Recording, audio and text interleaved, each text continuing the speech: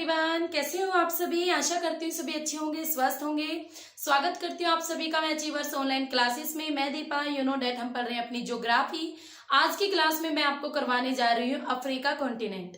इससे पहले एक वीडियो हम पहले कवरअप कर चुके हैं जिसमें मैंने आपको बेसिक नॉलेज दे दी थी पूरे अफ्रीका की। हमने सी पढ़ लिए थे, इसके सागर, महासागर, जल संधियां पढ़ ली थी और उसके अलावा मोस्ट इंपोर्टेंट नॉलेज जो थी अफ्रीका कॉन्टिनेंट की वो सब कवरअप कर ली थी। तो आज की क्लास में हम करेंगे फिजिकल फीचर्स ऑफ अफ्रीका, यानी अफ्रीका में जो फिजिकल फीचर्स हैं, यानी ज्योग्राफिकल जो फीचर्स हैं उन सबको कवरअप करेंगे आज की क्लास में। तो चलिए शुरू करते हैं अपनी आज की class. Africa continent. Africa continent फिर भी आपको मैं बता दूं, जो जिन स्टूडेंट ने पिछली क्लास नहीं देखी है, या तो मैं आपको लिंक अपने डिस्क्रिप्शन बॉक्स में डाल दूंगी, तब आप वहां से देख सकते हो पिछली क्लास को।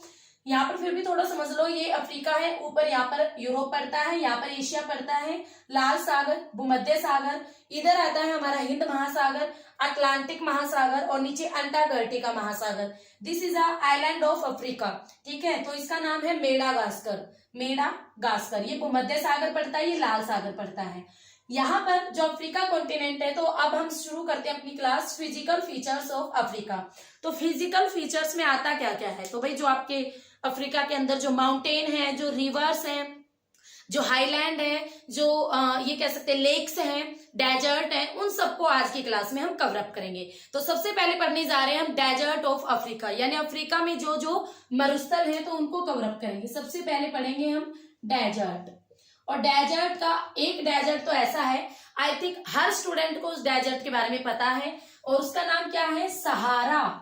सहारा मरुस्थल। क्या नाम है भाई उसका, सहारा मरुस्थल। सहारा मरुस्थल का आई थिंक सभी को ही पता है, सहारा मरुस्थल। ठीक है, सहारा मरुस्थल। आप सब ये कहते हो विश्व का सबसे बड़ा गर्म मरुस्थल, तो बिल्कुल राइट है, विश्व का सबसे बड़ा हॉट डेजर्ट है, ये गर्म डेजर्ट है। बट अगर लार्जेस्ट डेजर्ट की बात करें, यानी विश्व का सबसे बड़ा मरुस्थल है, नहीं, विश्व का सबसे बड़ा मरुस्थल है अंटार्कटिका। अंटार्कटिका मरुस्थल विश्व का सबसे बड़ा मरुस्थल है। मैंने अपनी चैनल पर मेजर डेजर्ट ऑफ वर्ल्ड के नाम से एक वीडियो बना रखी है, तो उस वीडियो में आप वर्ल्ड के जितने भी डेजर्ट हैं उनकी रैंकिंग, 10 डेजर्ट ऑफ वर्ल्ड सब कुछ पढ़ सकते हो। तो विश्व का सबसे बड़ा जो डेजर्ट है वो है कोल्ड डेजर्ट, और वो कौन सा है, अंटार्कटिका। एंड सेकंड लार्जेस्ट आता है आर्कटिक डेजर्ट। एंड थर्ड आता है, थर्ड लार्जेस्ट डेजर्ट कौन सा है, सहारा। अगर आपसे विश्व का सबसे बड़ा गर्म पूछे तब आंसर आपका सहारा रहेगा। ठीक है, विश्व का सबसे बड़ा गर्म मरुस्थल है सहारा। बट अगर बात करें विश्व का कौन सी रैंकिंग पर आता है ये मरुस्थल नॉर्मल तौर पर, तो ये तीसरे नंबर पर आता है सहारा मरुस्थल। विश्व का तीसरा बड़ा मरुस्थल है सहारा। ठीक है, इतनी बात आपको समझ में आ गई सहारा मरुस्थल के बारे में। जो ये सहारा मरुस्थल है, इसने अफ्रीका की 11 कंट्रियों को कवरअप किया है, यानी 11 कंट्रियों में फैला हुआ है सहारा मरुस्थल। कैसा मरुस्थल है, हॉट मरुस्थल है, ट्रॉपिकल मरुस्थल है। ठीक है, अब इसके बाद जो ये सहारा मरुस्थल है 11 कंट्रीज को कवरअप किया गया है। इसके एरिया की बात करें तो इसने 92 lakh kilometre square area cover किया है। हमारा भारत 32,87,263 वर्ग किलोमीटर एरिया में फैला हुआ है, और इसने भारत से भी देख लो 3 गुना हो गया, तो 92 लाख किलोमीटर स्क्वायर एरिया में फैला हुआ है अकेला सहारा मरुस्थल। अब ये जो सहारा मरुस्थल है, इसमें कहीं कहीं पर छोटी छोटी माउंटेन पिक भी है। छोटी छोटी क्या है, माउंटेन पिक भी है। जैसे फॉर एग्जाम्पल अहागर, तिब्बती अहागर, ये छोटी छोटी माउंटेन पिक है किसके अंदर, सहारा डेजर्ट के अंदर। तिब्बती, ऐसे ही नाम है वही इनके। ठीक है, अहागर, तिब्बती। अगर एग्जामिनर पूछे कि अहागर कौन से डेजर्ट में है, तो आप राइट आंसर करोगे सहारा। तिब्बती कौन से डेजर्ट में है, तो राइट आंसर रहेगा सहारा। बट सहारा की अगर हाईएस्ट पिक की बात करें, तो सहारा की जो हाईएस्ट पिक है सहारा मरुस्थल की, मैं नॉट अफ्रीका, पूरे अफ्रीका की बात नहीं कर रहे, सहारा मरुस्थल की जो हाईएस्ट पिक है उसका नाम है इमी कोसी। क्या नाम है, इमी कोसी। भाई ये लगा लो, सहारा मरुस्थल में जाके कौन खुश होगा, सहारा मरुस्थल में जाके तो सब अपने आप को कोसेंगे हम यहाँ क्यों आए। ठीक है, तो इमी कोसी क्या है, सहारा मरुस्थल की हाईएस्ट पिक इमी कोसी। इसकी अगर बात करें हाईएस्ट की, यानी ऊंचाई की तो कितनी है, 3415 मीटर इसकी हाईएस्ट ऊंचाई है। तो सहारा मरुस्थल की हाईएस्ट पीक कैसे याद कर सकते हो, इमी कोसी। यहाँ आकर हम कोस रहे हैं तो इमी कोसी। अब ये जो सहारा मरुस्थल है हमारे जो अफ्रीका कॉन्टिनेंट का 30% एरिया कवर किया है सहारा मरुस्थल ने। पूरे अफ्रीका का 30% एरिया जो अकेले सहारा मरुस्थल के द्वारा कवर अप किया गया है। और अब इस सहारा मरुस्थल में भी आपकी अलग अलग वेराइटीज हैं, जैसे इसमें सैंड, अब ये कह सकते हैं सैंड ड्यून्स हैं, सैंड ड्यून्स है। ये सैंड ड्यून्स क्या होते हैं, यानी रेत के टिब्बे, रेत के टिब्बे। तो सहारा मरुस्थल में 20% एरिया जो रेत के टिब्बों द्वारा कवर अप है, यानी कोरी रेत ही रेत मिलेगी आपको दूर तक और कुछ नहीं मिलेगा। 20% सहारा मरुस्थल तो ऐसा है, सैंड ड्यून्स है वहां पर, ठीक है, 20%। अब उसके बाद सैंड ड्यून्स के अलावा भी और भी सारी चीजें हैं, रेग्स, रेग जिसे हम हिंदी में रेग कहते हैं, रेग। रेग, रेग क्या होते हैं, 70% जो एरिया है सहारा मरुस्थल का रेग द्वारा कवरअप है। अब ये रेग क्या होते हैं, जो मिट्टी के साथ जो छोटे छोटे बारीक कंकर पत्थर होते हैं, ऐसी मिट्टी को कहेंगे रेग, जिसमें आपकी मिट्टी भी होगी प्लस कंकर पत्थर भी होंगे, ठीक है। तो ऐसी मिट्टी को रेग कहते हैं। तो सहारा मरुस्थल का ऐसा पार्ट 70% है। उसके अलावा तीसरी वैरायटी और आती है सहारा मरुस्थल में, हमादा। हमादा, ये हमादा क्या होते हैं, हमादा यानी जो चट्टाने, जो रॉक्स है सहारा मरुस्थल के अंदर, जब वो अपर्दित हो जाती है यानी वो टूट फूट जाती है, तो ऐसे उस चूरे के पार्ट भी है सहारा मरुस्थल में, उस टूट फूट के पार्ट है जिसे हम कहते हैं हमादा। तो सैंड ड्यून्स तो सबसे ज्यादा पार्ट सहारा मरुस्थल में रेग का है, ठीक है, याद रखना, रेग है सबसे ज्यादा सहारा मरुस्थल में, हमादा, सैंड ड्यून्स और रेग, ये तीनों ही चीजें सहारा मरुस्थल में है। उसके बाद देखो सहारा मरुस्थल से आई थिंक आपको बहुत सारी नॉलेज मैंने दे दी है। और सहारा मरुस्थल में कौन सी जनजाति रहती है, ये आपके लिए क्वेश्चन है। मैंने लास्ट वीडियो में मैंने आपको बता दिया था सहारा मरुस्थल में कौन सी जनजाति के लोग रहते हैं। ये इसका आंसर आप मुझे कमेंट बॉक्स पर लिखकर डालोगे, सहारा मरुस्थल के अंदर कौन सी जनजाति रहती है।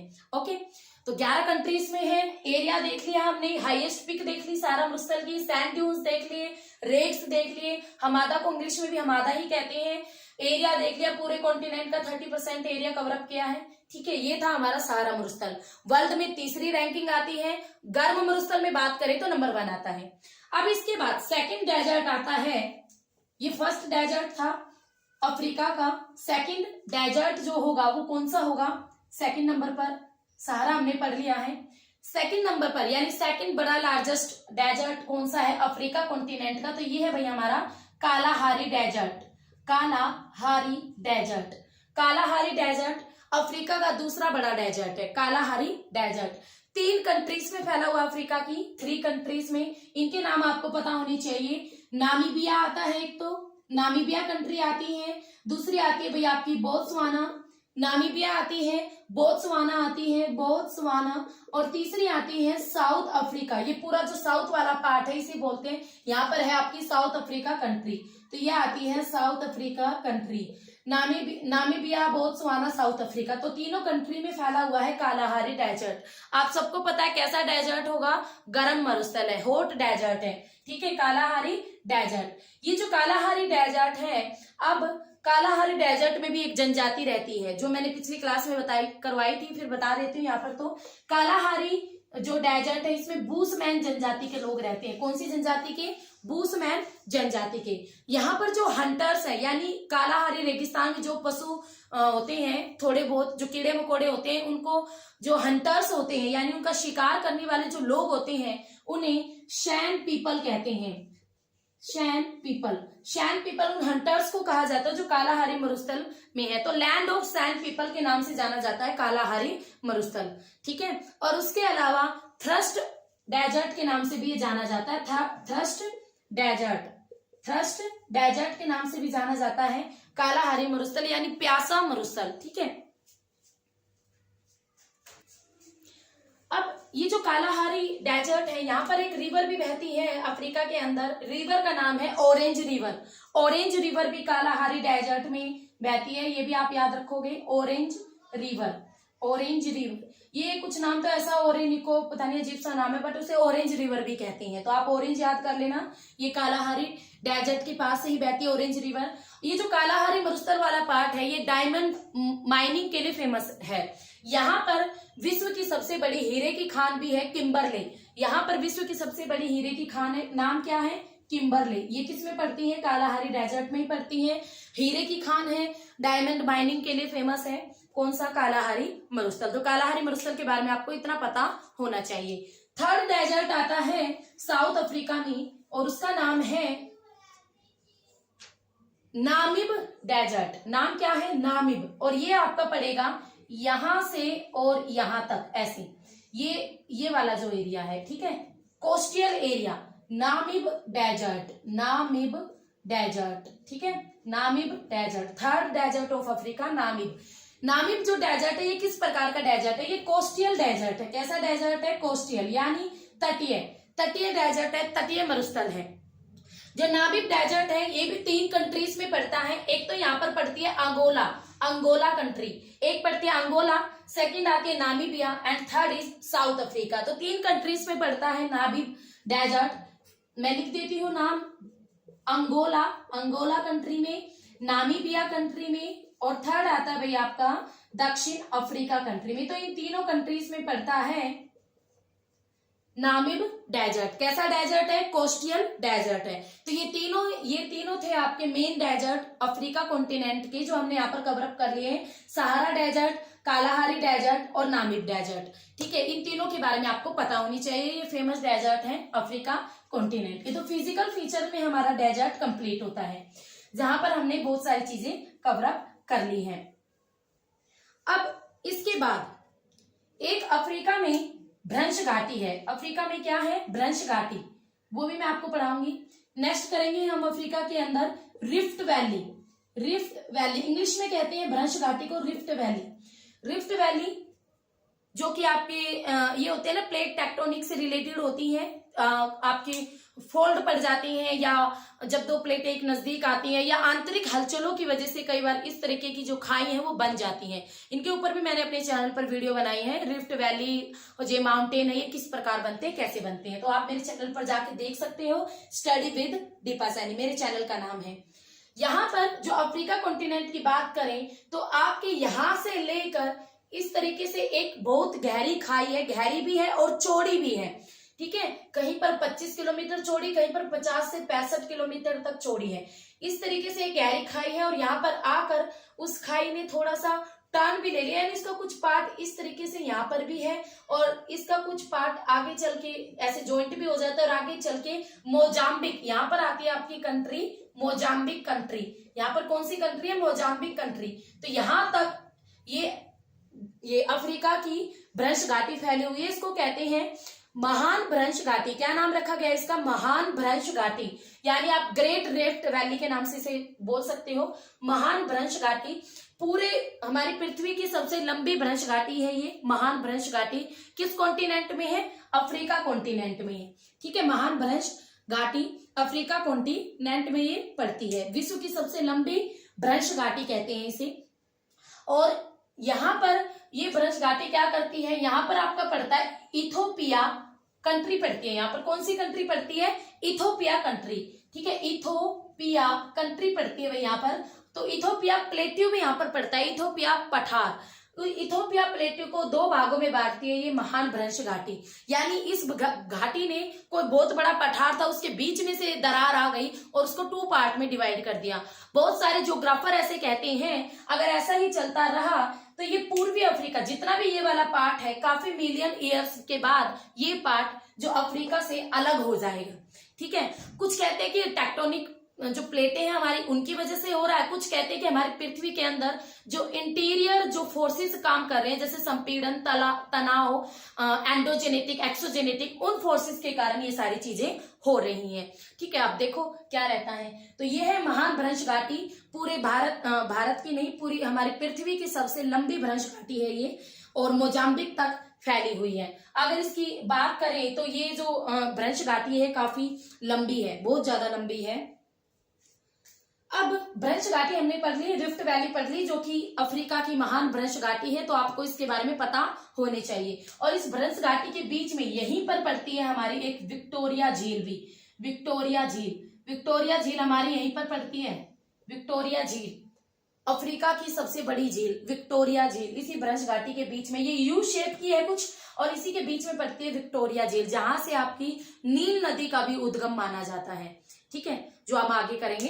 तो इतना आपको समझ में आ गया ब्रश घाटी। आगे चलते हैं, आगे हम करेंगे लेक। लेक सबसे पहले लेक ही कर लेते हैं। आपने एक लेक तो हमने शुरू कर ही दी है, तो ब्रश घाटी तो आपको एक ही थी, तो जो आपने पढ़ ली है। अब इसके बाद नेक्स्ट पढ़ने जा रहे हैं हम लेक्स। नंबर 3 फिजिकल फीचर में पढ़ेंगे lakes of Africa. Lakes of Africa में सबसे पहले हम विक्टोरिया को ही पढ़ेंगे। विक्टोरिया जो लेक है, जो झील है, अफ्रीका की सबसे बड़ी ताजे पानी की झील है। अफ्रीका की सबसे बड़ी ताजे पानी की झील है। विश्व की सबसे बड़ी ताजे पानी की झील कौन सी है, ये आपके लिए क्वेश्चन रहेगा। ये आपके लिए क्वेश्चन है, विश्व की सबसे बड़ी ताजे पानी की झील यानी विश्व की लार्जेस्ट फ्रेश वाटर जो लेक है वो कौन सी है। ठीक है, सेकंड अगर हम बात करें fresh water lake, largest fresh water lake, तो वो आपकी रहेगी विक्टोरिया लेक। कौन सी लेक रहेगी, विक्टोरिया, सेकंड नंबर पर। फर्स्ट नंबर पर मैं आपको हिंट दे देती हूँ, वो उत्तरी अमेरिका में है, नॉर्थ अमेरिका में है। ठीक है, जो फ्रेश वाटर लेक है नॉर्थ अमेरिका में है। सेकंड है आपकी कौन सी, विक्टोरिया लेक, जो कि फ्रेश वाटर लेक है, लार्जेस्ट फ्रेश वाटर लेक है सेकंड। अब विक्टोरिया झील के बाद एक आती है, देखो विक्टोरिया में लिख देती हूँ यहाँ पर, विक्टोरिया, जो कि आपको बिल्कुल याद टर्म पर होनी चाहिए आपकी बिल्कुल लंग्स पर। सेकंड नंबर पर आती है लेक टैंगेनिका। लेक टैंगेनिका मोस्ट इंपोर्टेंट है, ये भी आगे आप पढ़ोगे इसमें। नेक्स्ट आती है lake Malawi. Lake Malawi, Tanganyika, lake Malawi. Next आती है लेक तुर्काना। लेक तुर्काना, ये इंग्लिश में नाम भी इनके सेम है, तुर्काना। नेक्स्ट आती है lake Albert. Lake Albert, lake Albert. Next आती है लेक कीवू।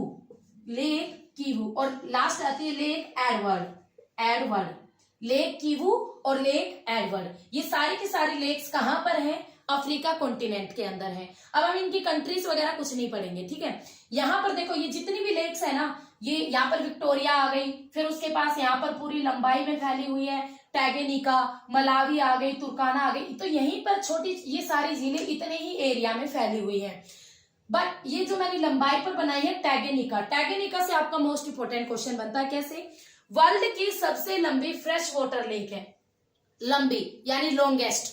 ठीक है, हम क्या पढ़ रहे थे, लार्जेस्ट यानी बड़ी, यानी एरिया जिसने ज्यादा कवरअप किया है। लंबाई में बात करें लॉन्गेस्ट, तो विश्व की सबसे लंबी ताजे पानी की झील है टैंगेनिका झील। समझ में आ गया, विश्व की सबसे लंबी ताजे पानी की झील कौन सी है, टैंगेनिका झील। ठीक है, उसके साथ साथ विश्व की दूसरी डीपेस्ट झील यानी विश्व की दूसरी सबसे गहरी झील, डीप झील, विश्व की दूसरी यानी सेकंड गहरी झील। ठीक है, लेक टैंगेनिका दूसरी गहरी। तो पहली गहरी कौन सी है, ये आप मुझे कमेंट बॉक्स में बताओगे। विश्व की सबसे गहरी झील कौन सी है, दूसरी मैंने आपको बता दी है टैंगेनिका। विश्व की सबसे गहरी झील कौन सी है। नेक्स्ट आता है विश्व की दूसरी वॉल्यूम यानी आयतन। ठीक है, आयतन, तो विश्व की वॉल्यूम में सेकंड नंबर आता है इस झील का, टैंगेनिका झील का। तो सेकंड नंबर वॉल्यूम में भी आएगा और डीप में भी आएगा टैंगेनिका झील का। बट लॉन्गेस्ट में बात करें तो विश्व की सबसे लंबी ताजे पानी की झील है टैंगेनिका झील। उसके अलावा मलावी, तुर्काना, अल्बर्ट, कीवू और एडवर्ड, ये सारी झीलें भी आपकी अफ्रीका कॉन्टिनेंट के अंदर ही पड़ती है। तो ये थे हमारे लेक्स जो आपको पता होनी चाहिए। तो लेक्स के बाद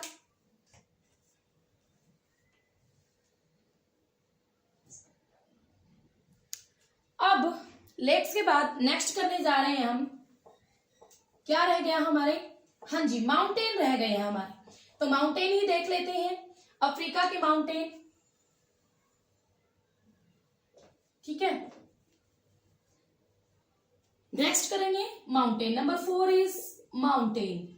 तो अफ्रीका में आप सबको पता है, अफ्रीका का जो प्रमुख पर्वत है वो है एटलस पर्वत। अफ्रीका का प्रमुख पर्वत कौन सा है, एटलस। आप ऐसे याद कर सकते, बेचारे अफ्रीका के लोग तो बहुत गरीब हैं, तो एटलस साइकिल ही चलाते हैं। तो एटलस पर्वत अफ्रीका का प्रमुख पर्वत है। तो ये पर्वत पड़ता है यहाँ पर। ठीक है, यहाँ पर पड़ता है एटलस पर्वत, सहारा डेजर्ट के नॉर्थ में। यहाँ पर ये जो एटलस पर्वत है, ये जो फैला हुआ है 3 कंट्रीज में फैला हुआ। वो 3 कंट्री कौन कौन सी है, तो वो आती है भाई आपकी मोरक्को कंट्री, यहाँ पर ऊपर आती है आपकी मोरक्को। और एक तो मैंने आपको बताई थी यहाँ पर अल्जीरिया पड़ती है, जो कि लार्जेस्ट कंट्री ऑफ अफ्रीका है, अल्जीरिया।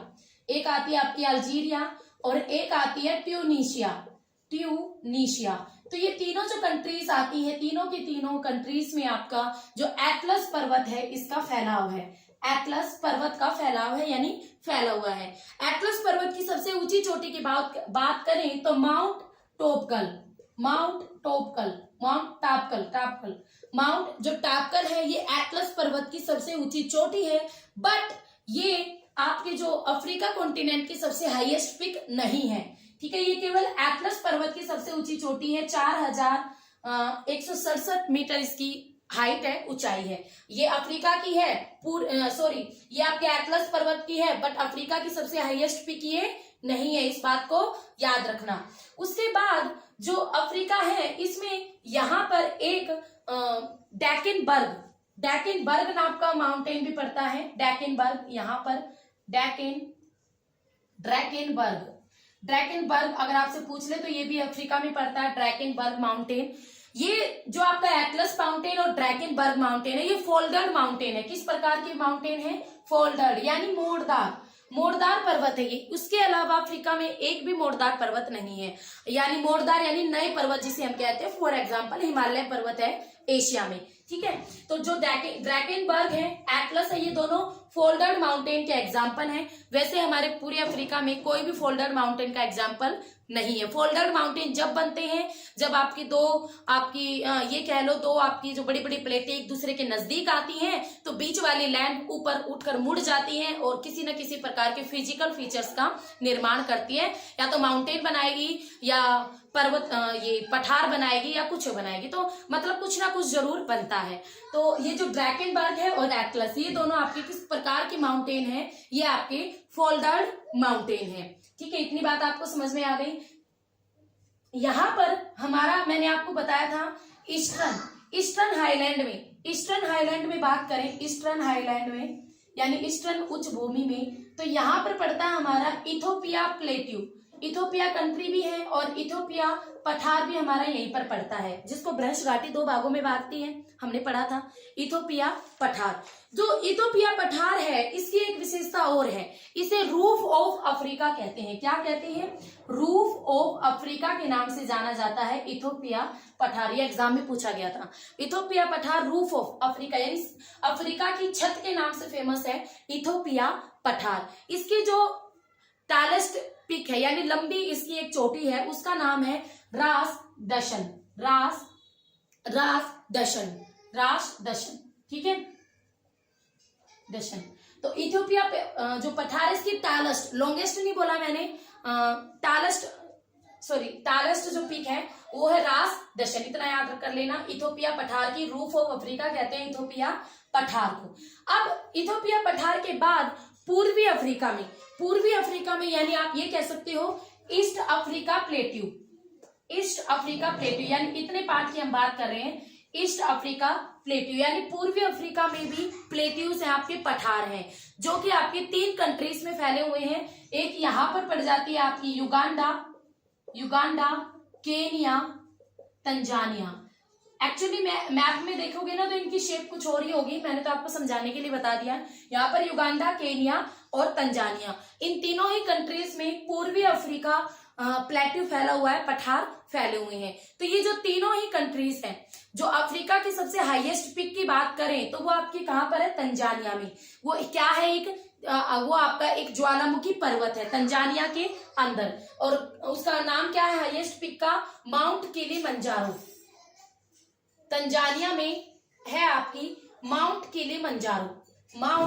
किलिमंजारो। जो ये माउंट किलिमंजारो है ये हाईएस्ट पीक ऑफ अफ्रीका है, यानी अफ्रीका कॉन्टिनेंट की सबसे ऊंची चोटी है माउंट किलिमंजारो। और इसकी हाइट की बात करें तो 5895 मीटर इसकी हाइट है, जो कि तंजानिया कंट्री में पड़ती है। किस कंट्री में है?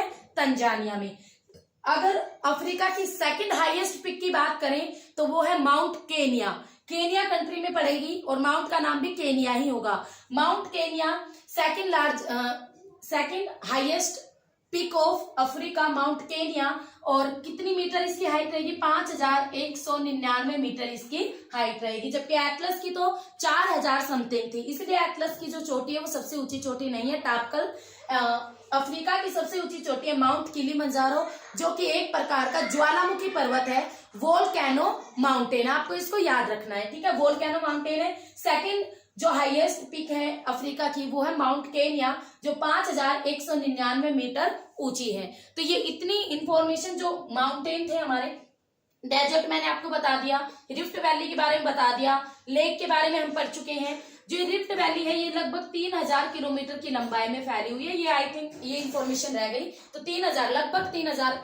किलोमीटर की लंबाई में है रिफ्ट वैली। लेक्स हमारा हो चुका है, माउंटेन हमने लगभग कवर अप कर लिए हैं। तो माउंटेन में आपको एटलस और ड्रैकेनबर्ग जो कि इधर आता है, और उसके अलावा इथोपिया पठार यानी प्लेट्यू भी आ जाता है, युगांडा, केन्या और तंजानिया, ये तीनों में आते हैं आपका ईस्ट अफ्रीकन प्लेट्यू। ठीक है, जिसमें तंजानिया में हाईएस्ट पीक ऑफ अफ्रीका है, second highest peak of Africa Kenya में है। तो तंजानिया की है किलिमंजारो, माउंट किलिमंजारो, एक प्रकार का ज्वालामुखी पर्वत। माउंट केन्या ये सेकंड हाईएस्ट है, इसकी हाइट है 5199 मीटर। तो अभी आपका अफ्रीका कंप्लीट नहीं हुआ है। अफ्रीका में अभी हमारा रहते हैं रिवर्स ऑफ अफ्रीका, यानी अफ्रीका की नदियां, और उसके अलावा अफ्रीका के ग्रासलैंड रहते हैं, और इसके साथ साथ अफ्रीका में साहिल वाला पार्ट रहता है। और ये सारे पार्ट किसके फिजिकल फीचर्स में ही आते हैं। तो फिजिकल फीचर्स में मैं आज की वीडियो में आपको इतना ही करवा रही हूँ। इसी क्लास का पार्ट 3 बनेगा, और उस 3 में हम पूरा का पूरा जो अफ्रीका अपना कंप्लीट कर लेंगे। आई थिंक आपको सारी इन्फॉर्मेशन अच्छी लग रही है, और वीडियोस में जितना भी मैं आपको करा रही हूँ वो समझ में भी आ रहा है। तो वीडियोस अगर अच्छी लग रही है तो लाइक शेयर कर दीजिए, और मेरे चैनल के साथ भी मैक्सिमम जुड़िए। यहाँ पर आपको बहुत इंपॉर्टेंट वीडियो मिलने वाली है। और उसके साथ साथ जो स्टूडेंट टीजीटी और पीजीटी का पेड कोर्स लेना चाहते हैं वो अचीवर्स एकेडमी ऐप ज्वाइन कीजिए ज्योग्राफी का। तो फिर मिलेंगे, तब तक के लिए हैव ए नाइस डे।